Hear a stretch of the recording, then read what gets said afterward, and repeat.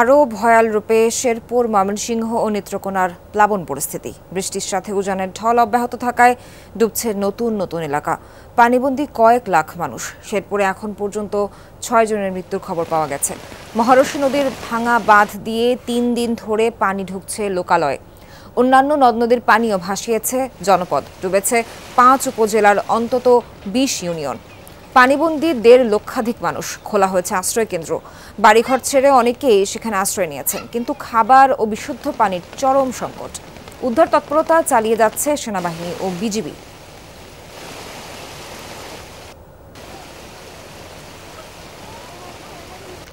একই চিত্র ময়মনসিংহে। বৃষ্টির সাথে উজানের ঢল।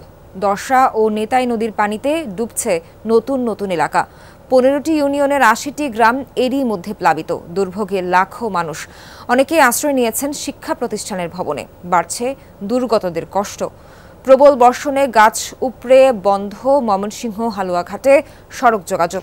নেত্রকোনার অন্তত 20টি বেশি ইউনিয়ন বন্যাপ্লাবিত। প্লাবন চিত্র জানবো আমাদের সহকর্মীদের কাছ থেকে। শুরুতেই যাব ময়মনসিংহে। সেখানে আছেন আমাদের সহকর্মী হোসেন শাহিদ। শাহিদ, গ্রামের পর গ্রাম তো পানিতে ডুবেছে, ভয়াবহ অবস্থা। দুর্গত এলাকার এখন কি অবস্থা আমাদেরকে জানাবেন। স্যান্ডেলিনা সো, রূপচর্চায় আভিজাত্য। এখানকার বর্তমান অবস্থা যে কতটা ভয়াবহ সেটি এখানে যদি কেউ না আসে তাহলে আসলে বোঝানো সম্ভব নয়। কারণ এই সীমান্তবর্তী এলাকায় গারো পাহাড়ের ঢলের যে আগ্রাসী ভূমিকা তা আমরা নিজের চোখে এখানে দেখছি। একদম যে জায়গাতে কখনোই বানের পানি এসে পৌঁছায়নি, এবার সেখানেও এই আপনি দেখছেন ছবিতে, কিন্তু এর আগে কখনোই ছিল না। এবারই প্রথমবারের মতো তাদের বাড়িতে এইভাবে পানি উঠেছে। আমি আশপাশে যে এলাকাগুলো ঘুরেছি, এই মুহূর্তে আছি হালুয়াঘাটের গাগিনাপাড় এলাকায়। এখানে দেখেছি পুকুরে রাখার আপ্রাণ চেষ্টা করছেন, কিন্তু পারছেন না। সেই সাথে পোলট্রি ফার্ম, আমন ফসল সে তো আছেই, তার সাথে ভোগান্তি যেটি হয়েছে যে রান্নাঘরগুলো পর্যন্ত পানির নিচে চলে গেছে, যে কারণে এই এলাকার মানুষ যে কি খাবে, আসলে দুপুরের খাবার তারা খেতে পারবে কিনা, সকালেও খাবার জোটেনি অনেকের, এমন পরিস্থিতিতে আছে এই হালুয়াঘাটের মানুষ। তবে এই যে পানির যে বাড়ছে, প্রতিনিয়তই বাড়ছে, সেই সাথে বাড়ছে কিন্তু বৃষ্টিপাত।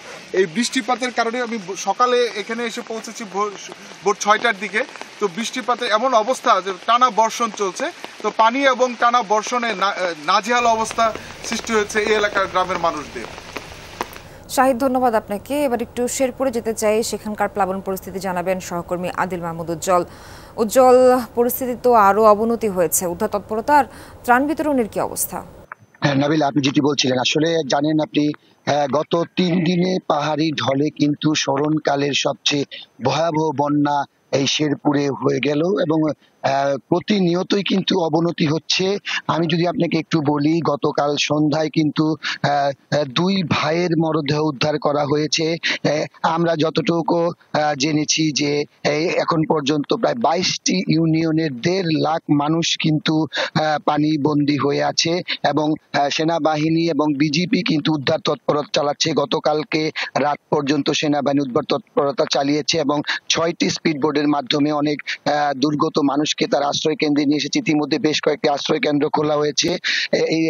এর মধ্যে ঢলের পানিতে নালিতাবাড়ি শেরপুর সড়ক কিন্তু ভেঙে গিয়ে যোগাযোগ ব্যবস্থা বন্ধ হয়ে গিয়েছে।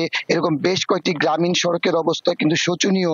আরেকটি বিষয় যদি আপনাকে বলে রাখি, নতুন নতুন এলাকা কিন্তু প্লাবিত হচ্ছে। উজানে কিছুটা পানি কমলেও নিম্নাঞ্চলে, বিশেষ করে শেরপুর সদর এলাকার গাজীর খামার এলাকায় কিন্তু ভয়াবহ রূপ ধারণ করেছে। এটা চোখে না দেখলে আসলে বিশ্বাস করা যাবে না যে পানির কতটা ভয়াল রূপ।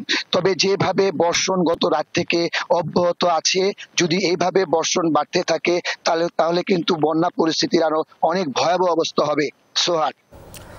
উজ্জ্বল, ধন্যবাদ আপনাকে।